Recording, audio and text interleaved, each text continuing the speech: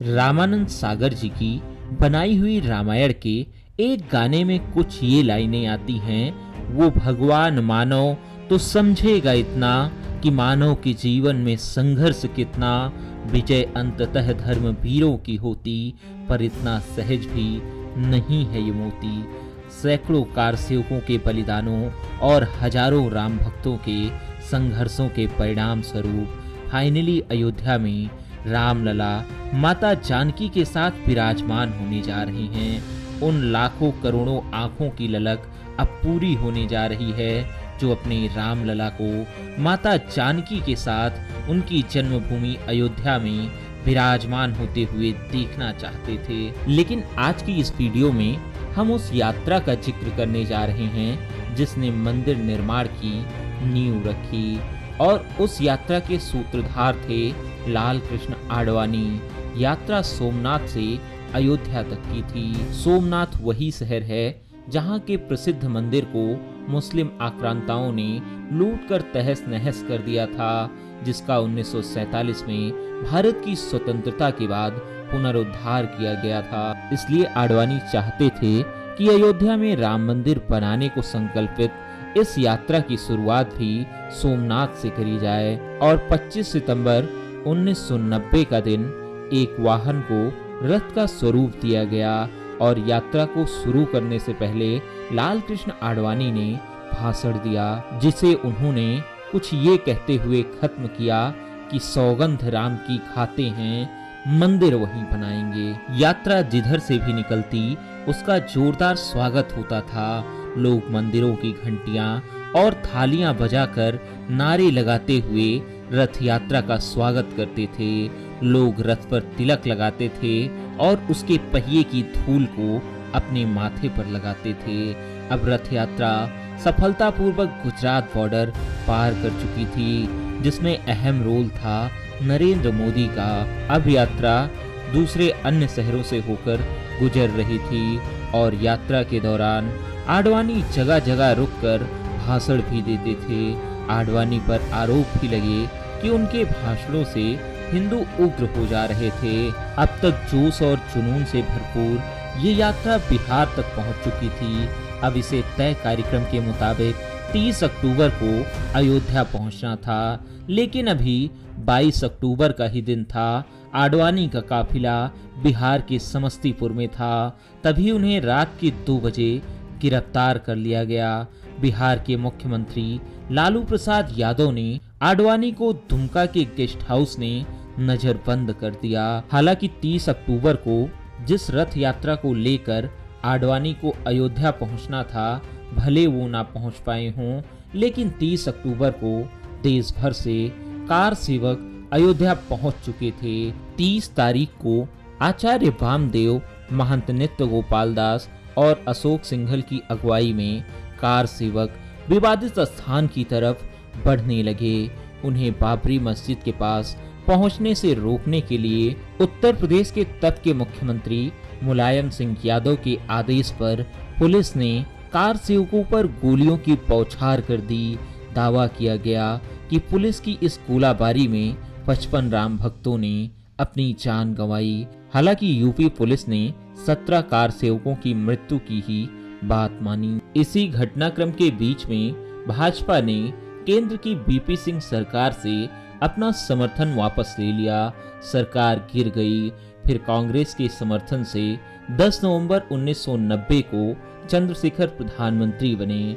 1991 में मध्यावधि चुनाव हुए। 21 जून को नरसिम्हा राव भारत के नए प्रधानमंत्री बने। इस चुनाव में भाजपा 85 से 120 सीटों पर पहुंच गई। उत्तर प्रदेश में भाजपा ने विधानसभा चुनावों में भी जीत हासिल की। मंदिर निर्माण का आंदोलन दिनों दिन बढ़ता ही जा रहा था।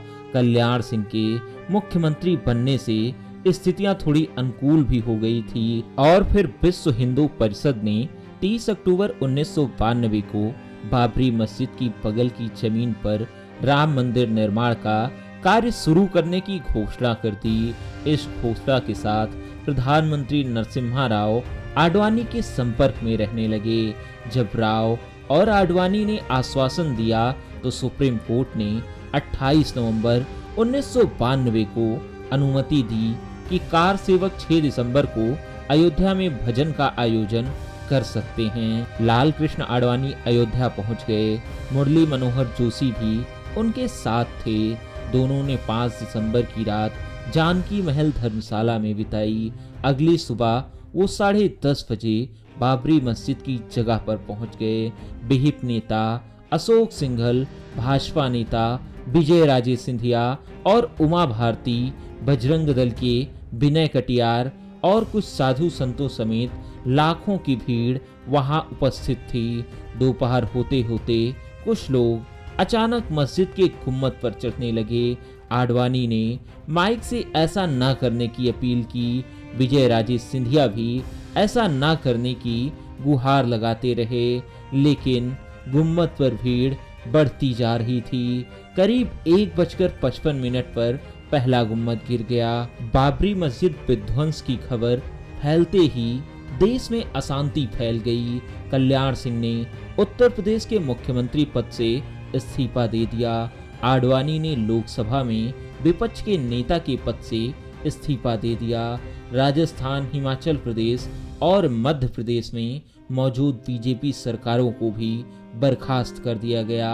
आरएसएस और बिहिप पर प्रतिबंध लगा दिए गए। और फिर बाबरी विध्वंस के 9 दिन बाद 16 दिसंबर 1992 को लिब्राहन आयोग का गठन हुआ।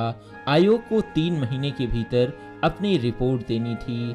इधर कानूनी प्रक्रिया चलती रही और फिर आर्कियोलॉजिकल सर्वे ऑफ इंडिया का वो सर्वे जिसने इस बात की साइंटिफिक पुष्टि भी कर दी कि विवादित जमीन पर रामलला का जन्म स्थान ही था। और फिर 9 नवंबर 2019 की वो ऐतिहासिक तारीख, सुप्रीम कोर्ट का ऐतिहासिक फैसला जिसने करोड़ों राम भक्तों की आंखों में चमक ला दी। और इधर लगभग 3 दशक की लंबी कानूनी लड़ाई के बाद 30 सितंबर 2020 को सीबीआई की विशेष अदालत ने लाल कृष्ण आडवाणी को सभी आरोपों से मुक्त कर दिया।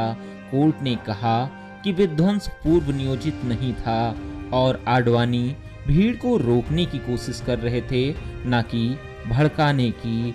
तब भी आडवाणी ने यही कहा था कि उनका कभी भी ढांचे को गिराने का इरादा नहीं था और वो राम मंदिर आंदोलन के माध्यम से एक महान सांस्कृतिक सभ्यता की गौरव को पुनर्जीवित करना चाहते थे। और 22 जनवरी का दिन हम सब राम भक्त अपने आराध्य रामलला को माता जानकी के साथ अयोध्या में पुनः विराजमान होते हुए देखने के साक्षी बनने जा रहे हैं। अब आखिर में हम अटल बिहारी वाजपेयी की एक कविता को कोट करते हुए इस वीडियो को खत्म करना चाहेंगे।